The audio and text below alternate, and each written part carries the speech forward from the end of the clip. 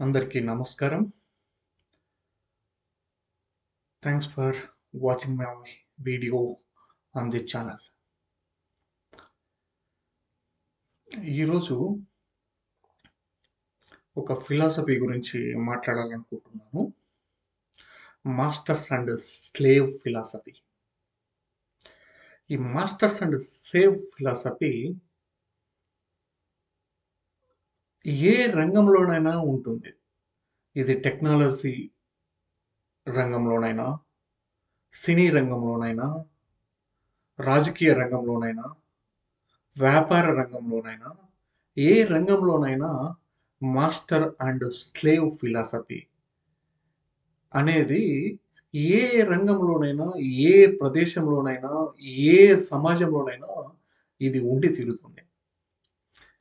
నే నేనెందుకు ఈ టాపిక్ గురించి మాట్లాడాలనుకుంటున్నానంటే, నేను కీన్‌గా అబ్జర్వ్ చేసిన ఒక రంగం గురించి ఈరోజు మాట్లాడాలనుకుంటున్నా. అదేంటంటే రాజకీయ రంగం.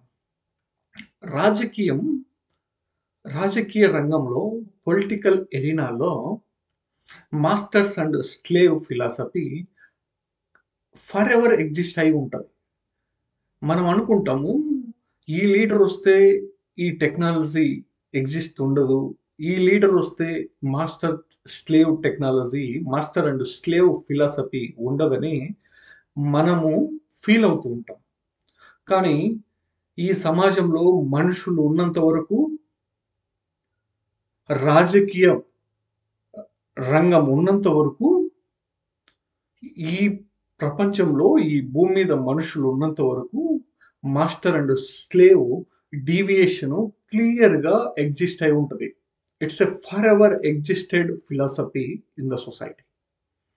ఎందుకంటే మనం ఒక చిన్న ఎగ్జాంపుల్ తీసుకున్నాము. ఒక చిన్న పొలిటీషియన్‌ని ఎగ్జాంపుల్‌గా తీసుకొని, ఒక పొలిటీషియన్ ఎగ్జాంపుల్‌గా తీసుకొని, తను తను ఎవాల్వ్ అయిన పరిస్థితి, తను ఎలా ఒక లీడర్‌గా ఎదిగాడు, తను ఎలా ఈ స్థాయి వరకు రాగలిగాడు అన్న దాని మీద ఒక 4, 5 నిమిషాలు చాలా క్లియర్‌గా నా ఒపీనియన్ చెప్పదలుచుకున్నాను. Suppose mister YS Jaganmohan Reddy ఒక రాజకీయ రంగ ప్రవేశం చేసినప్పుడు, తను 2009లో రాజకీయ రంగ ప్రవేశం చేసినప్పుడు, తనకు చాలా కేక్ వాక్‌గా ఉండేది రాజకీయం అనేది. ఎందుకంటే తన తండ్రి వైఎస్ రాజశేఖర్ రెడ్డి అప్పటికే రాజకీయ రంగంలో అత్యంత అద్భుతమైన ప్రజా సేవకుడుగా, ప్రజా పొలిటీషియన్‌గా తను ఆ స్థాయి వరకు రీచ్ అయిపోయిన తర్వాత, తన కొడుక్కి రాజకీయ రంగ ప్రవేశం చేయడం గాని, రాజకీయంలో రాణించడం గాని అత్యంత సులువుగా ఉంటుంది. కానీ అంతటితో తను ఆగిపోతే కాలక్రమేణా తను కాలగర్భంలో కలిసిపోతాడు. కానీ ఈ మాస్టర్ అండ్ స్లేవ్ ఫిలాసఫీని తను చాలా అత్యంత అద్భుతంగా అండర్‌స్టాండ్ చేసుకొని, డే బై డే తను డెవలప్ అవుతూ వచ్చాడు. కాలక్రమేణా తన తండ్రి ఎళ్ళిపోయిన తర్వాత తనకు తనకు చాలా అత్యంత అద్భుతంగా ఈ మాస్టర్ స్లేవ్ ఫిలాసఫీ తనకు అర్థమైందని నా అభిప్రాయం. ఈ మాస్టర్ స్లేవ్ ఫిలాసఫీ ఎలాగుంటదంటే, ఈవెన్ ఒక మనిషి తన తను ఇంటర్నల్‌గా తను ఆలోచిస్తున్నప్పుడు కూడా మాస్టర్ అండ్ స్లేవ్ ఫిలాసఫీ ఉంటదన్నది నా అభిప్రాయం. తను తను ఒకానొక స్టేజ్‌లో తన రాష్ట్రానికి చీఫ్ మినిస్టర్ అవ్వాలని తన కోరికను తను సమాజానికి గాని, తన లీడర్‌షిప్స్ గాని, తన ఇంటర్నల్ డిస్కషన్స్‌లో గాని తన ఒపీనియన్ తను చెప్పినప్పుడు, అప్పటికే సెంట్రల్ గవర్నమెంట్‌లో చాలా హ్యూజ్ మెజారిటీతో చాలా పవర్‌ఫుల్‌గా ఉన్న లీడర్‌షిప్ తను తను చెప్పిన అభిప్రాయాన్ని వాళ్ళు డైజెస్ట్ చేసుకోకపోవడం గాని, వాళ్ళకి ఇంట్రెస్ట్ ఉండకపోవడం గాని జరిగి ఉండింటది. కాలక్రమేణా తను ఎవాల్వ్ అయిన తను ఒక పొలిటీషియన్‌గా ఎవాల్వ్ అయిన పరిస్థితిని మనం అబ్జర్వ్ చేయగలిగితే తను తను ఎలా మాస్టర్ అవ్వగలిగాడు స్లేవరీ నుంచి అంటే తను ఒపీనియన్ చెప్పినప్పుడు తన ఇంట్రెస్ట్ తను చెప్పినప్పుడు తన హై హై అథారిటీకి కాంగ్రెస్ పార్టీలో వాళ్ళు తీసుకోకపోవడం కానీ వాళ్ళు యాక్సెప్ట్ చేయకపోవడం కానీ జరిగి ఉంటుంది. వాళ్ళు యాక్సెప్ట్ చేయకపోతున్నారు అంటే వాళ్ళు మాస్టర్ పొజిషన్లో ఉన్నారని. ఎందుకంటే తను పని చేయడానికి పని కల్పించమని తను అడుగుతున్నప్పుడు పని కల్పించే వాళ్ళు కల్పించకపోవడం, పని కల్పించే స్థాయిలో ఉండేటోళ్ళని మాస్టర్స్ అంటారు, పని చేసేటోళ్ళని స్లేవరీ అంటారు. ఇక్కడ స్లేవరీ చేయడానికి రెడీగా ఉన్నటువంటి వ్యక్తి మిస్టర్ వైఎస్ జగన్మోహన్ రెడ్డి. కానీ అక్కడ పని అలాట్ చేయడానికి రెడీగా ఉన్నటువంటి వ్యక్తి ఆ టైంలో కాంగ్రెస్ పార్టీలో ఉన్న సీనియర్స్ కానీ కాంగ్రెస్ సెంట్రల్ లీడర్షిప్ కానీ మాస్టర్ పొజిషన్స్లో ఉన్నారు. కానీ అక్కడ జరిగిన సంభాషణలు కానీ వాళ్ళ మధ్య జరిగిన కాన్వర్జేషన్స్ కానీ మనకు ఏ మాత్రం కూడా తెలిసే అవకాశం ఉండదు. ఎందుకంటే అది జగన్మోహన్ రెడ్డి గారికి సెంటర్లో పవర్లో ఉన్న కాంగ్రెస్ పార్టీ లీడర్షిప్స్కి మధ్య జరిగిన ఇంటర్నల్ సంభాషణ కాబట్టి మనకు తెలిసే అవకాశమే ఉండదు.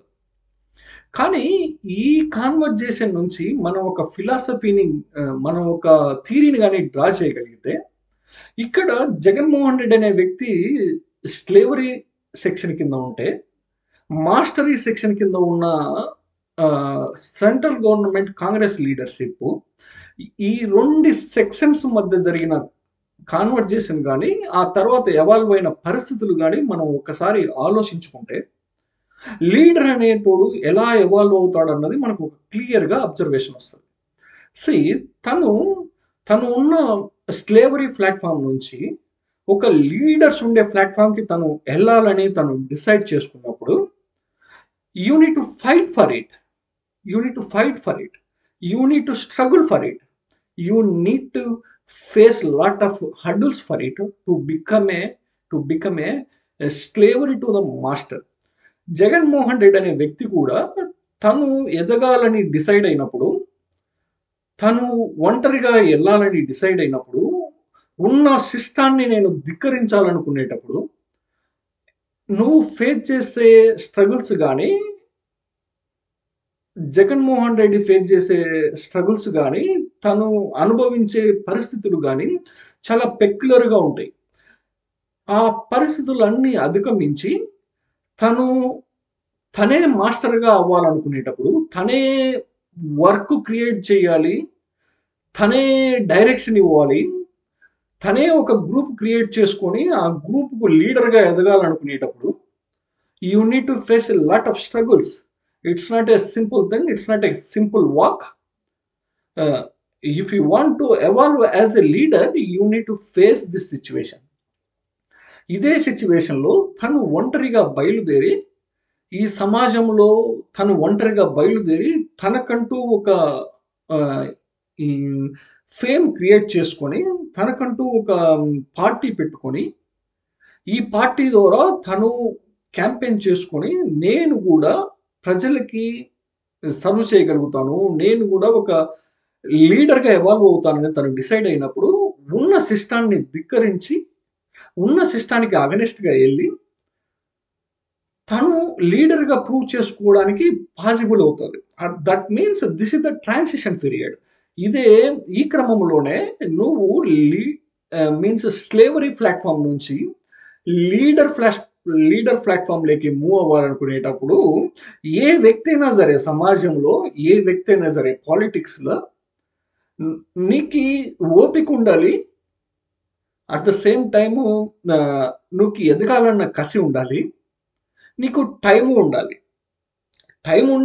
ఎనఫ్ టైం ఉండాలి, పట్టుదల ఉండాలి. ఎదగాలన్న కసి ఉన్నప్పుడు మాత్రమే నువ్వు స్లేవరీ ప్లాట్ఫామ్ నుంచి మాస్టర్ ప్లాట్ఫామ్కి ఎదగడానికి జరిగే ట్రాన్సిషన్లో ఒక లీడర్ అనేటోడు పుట్టుకొస్తాడు కొత్తగా. అదే తను సరెండర్ అయిపోయేసి అప్పట్లో ఉన్న కాంగ్రెస్ గవర్నమెంట్లో సెంట్రల్ లీడర్షిప్కి సరెండర్ అయిపోయేసి వాళ్ళు చెప్పిన ఫార్ములాని తను ఫాలో అయినంటే తను లీడర్గా ఎవాల్వ్ అవ్వడానికి ఆస్కారమే ఉండేది కాదు.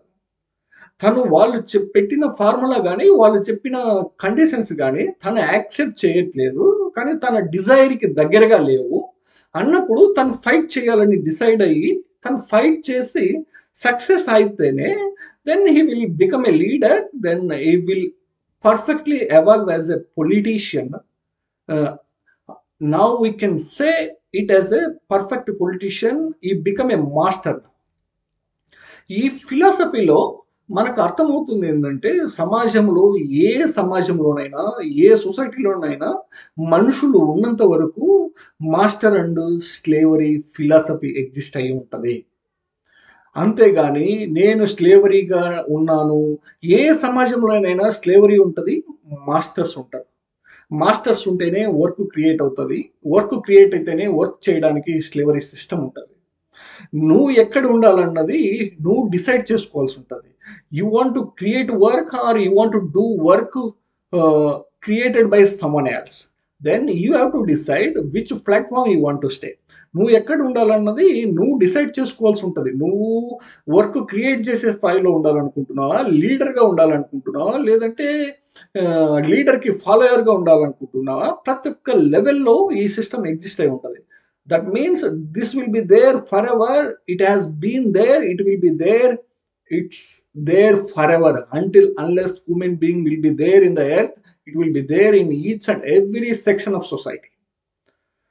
దీన్ని చూసి మనం ఏం అర్థం చేసుకోవాలంటే, నువ్వు ఎక్కడ ఉండాలన్నది ఇది ఇండివిజువల్ మనిషికి సంబంధించింది. నువ్వు ఎలాగుండాలి, నువ్వు ఏ సిస్టంలో పనిచేయాలనుకుంటున్నావు, నువ్వు ఏ సిస్టాన్ని రూల్ చేయాలనుకుంటున్నావు అన్నది ఇది ఇండివిజువల్ పర్సన్కు సంబంధించినది. తను ఏ ప్లాట్ఫామ్ మీద ఉండాలి, తను ఏ ప్లాట్ఫామ్ మీద ఉండకూడదు, తనకు నచ్చిన పని చేయాలనుకున్నప్పుడు అక్కడ ఏ ప్లాట్ఫామ్ అయితే తనకు సూటబుల్ అవుతుందో ఆ ప్లాట్ఫామ్ మీదకి పోవడానికి కొన్ని స్ట్రగుల్స్ ఉంటాయి. ఆ స్ట్రగుల్స్ని ఫేస్ చేస్తేనే ఆ ప్లాట్ఫామ్కి రీచ్ అవ్వగలుగుతావు. Then you can become as a perfect leader for that domain. This is the master slave philosophy regarding to the political arena. Hope it will helpful for the people whoever watching it. Please try to watch it until end, try to understand the content. Hope in future I will make a lot of videos regarding to the master and slave philosophy. It will be useful for the viewers. This is my personal opinion, this is my personal perception regarding to the master and slavery philosophy. If you have different opinions, you can make a comment. I don't have any issues. Do whatever the comments you have and you can give the suggestions. I will ready to take it, and if it is okay for me, I will adapt that comment, else I can simply keep aside. Thank you. Thanks a lot for watching this content.